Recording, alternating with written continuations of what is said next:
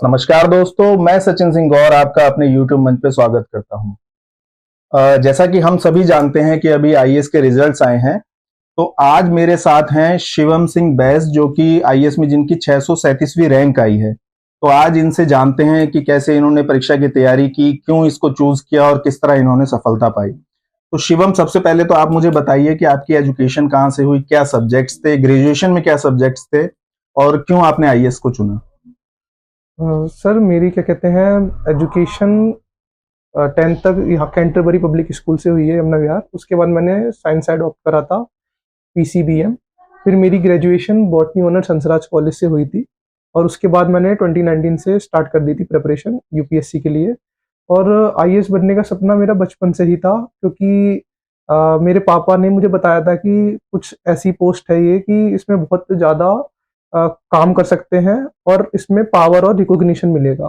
तो इसलिए मेरे अंदर ज़ील आई कि ये करना चाहिए, तो फिर मैंने स्टार्ट कर तो क्या क्या सब्जेक्ट्स थे आपके। दिया।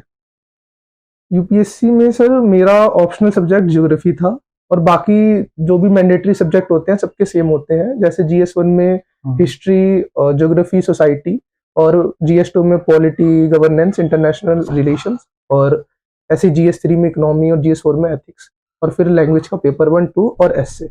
अच्छा, तो क्या आपको टफ लगा प्रीलिम्स में? प्रीलिम्स कठिन हुआ या मेंस कठिन हुआ या इंटरव्यू कठिन हुआ?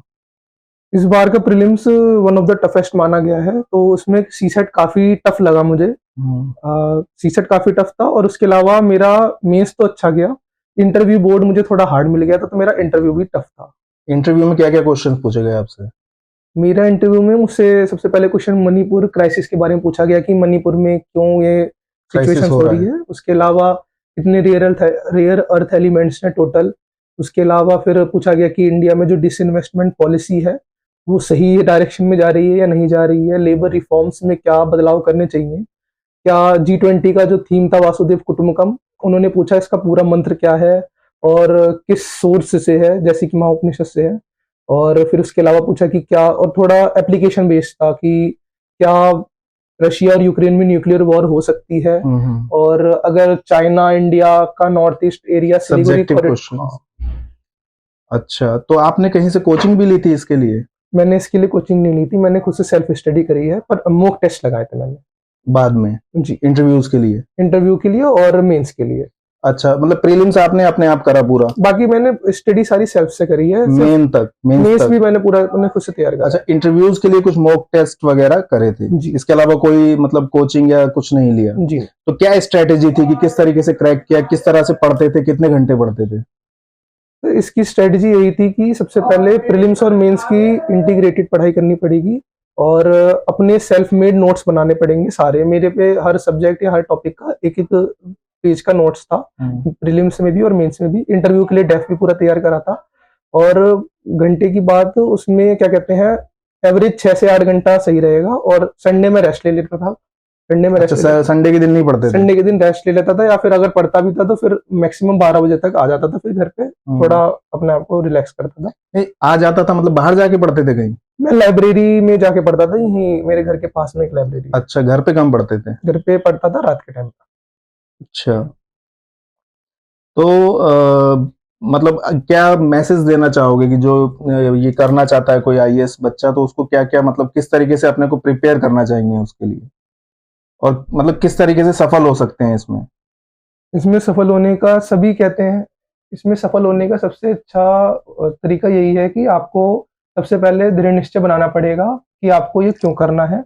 उसके अलावा आपको क्या कहते हैं, कंसिस्टेंट रहना पड़ेगा। बेशक आप 6-6 घंटे डेली पढ़ें, पर आपको डेली पढ़ना पड़ेगा। ये नहीं कि आप एक दिन 10 घंटा पढ़ रहे हैं और अगले दिन फिर आप पढ़ नहीं रहे हैं। तो आपको 6-6 घंटे कंसिस्टेंसी से पढ़ना पड़ेगा। और लास्टली यही कहूंगा कि सिलेबस और प्रीवियस ईयर क्वेश्चंस को बहुत अच्छे से एनालाइज करना पड़ेगा, तभी आप समझ पाएंगे कि आपको किस डायरेक्शन में पढ़ना है और आपका पढ़ाई स्मार्ट वर्क की तरफ ज्यादा चली जाएगी इंस्टेड ऑफ हार्ड वर्क, ताकि फिर रिजल्ट आ पाए। तो ये आपका कौन सा अटेम्प्ट था? फर्स्ट अटेम्प्ट था कि? ये मेरा थर्ड अटेम्प्ट था, पर मेरा फर्स्ट मेंस और फर्स्ट इंटरव्यू था। अच्छा, जो फर्स्ट अटेम्प्ट लिया था उसमें आपका प्रीलिम्स निकल गया था? फर्स्ट और सेकंड में दोनों में प्रीलिम्स नहीं निकला था अच्छा। ड्यू टू सीसेट, पर जीएस मेरा क्लियर हो गया था। फर्स्ट और सेकंड दोनों अटेम्प्ट में? मेरा प्रीलिम्स सी सेट नहीं हुआ था? सी सेट नहीं तो सी सेट में जो सब्जेक्ट्स होते हैं वो क्या होते हैं? सी सेट में 3 सब्जेक्ट मेनली होते हैं, कॉम्प्रीहेंशन और मैथ्स और रीजनिंग।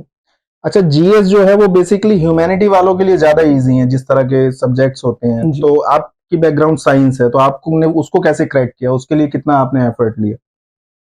सर ऐसा कोई ज्यादा एफर्ट तो नहीं लगा, क्योंकि ज्यादा एफर्ट नहीं लगा क्योंकि ह्यूमैनिटीज के सब्जेक्ट समझने में ज्यादा आसानी हो गई, क्योंकि मैंने खाली सिर्फ पढ़ने में फोकस नहीं करा, इंटीग्रेट करने की कोशिश करी कि हिस्ट्री को ज्योग्राफी से इंटीग्रेट कैसे कर सकते हैं। जैसे कोई अगर नदी पुराने टाइम पे बह रही है तो वहां पे सिविलाइजेशन क्या होगी, इस तरीके से उसे इंटरलिंक करके ज्योग्राफी, इकोनॉमी, अगर ह्यूमैनिटीज के सब्जेक्ट को आप इंटरलिंक करके पढ़ेंगे तो काफी इजी पड़ जाएगा आपको पढ़ना। तो अब जैसे आपका चयन हो गया, तो अब नेक्स्ट स्टेप क्या होगा इसमें? सर नेक्स्ट स्टेप होगा, अब सर्विस एलोकेशन की लिस्ट आएगी जून के अराउंड। उसके बाद जुलाई एंड से फाउंडेशन कोर्स स्टार्ट हो जाएगा लबासना में, नवंबर तक वो चलेगा। लबासना मसूरी में? जी, लबासना मसूरी में। उसके बाद फिर जो भी सर्विस एलोकेट होगी उसकी ट्रेनिंग सेंटर में भेज देंगे, जैसे आईपीएस हैदराबाद में और IRS Nagpur, audit and account service को हिमाचल में, इस तरीके से पर्टिकुलर लोकेशन पे। तो आपने क्या चूज किया, आईएएस आईपीएस क्या? सर मेरी फर्स्ट प्रेफरेंस आईएएस है, फिर आईपीएस, फिर आईआरएस कस्टम, फिर आईआरएस आईटी और ऐसे ही करके फिर आईएफएस। ओके, टोटल 21 सर्विसेज होती है। अच्छा जी। तो आपकी जो प्रेफरेंस है वो आईएएस है, तो आपकी जो रैंक है उस पे वो मिल सकता है आईएएस? नहीं, वो नहीं मिल सकता, कम चांस है। चांस कम है। तो आईपीएस सेकंड वो इजी होगा? आईपीएस और आईआरएस के चांसेस ज्यादा है। ओके, तो जैसे आपको आईपीएस अलॉट होता है तो उसमें क्या रैंक मिलेगा आपको? आईपीएस में रैंक नहीं, आईपीएस में कार्डर। हाँ, कार्डर जो है वो एसपी वगैरह। जी, कार्डर वो डीओपीटी का काम है, वो काफी कॉम्प्लेक्स प्रोसीजर है, ऐसे उससे एस्टिमेट करना काफी डिफिकल्ट हो जाएगा। ओके, तो सक्सेस का क्या मंत्र बताएंगे?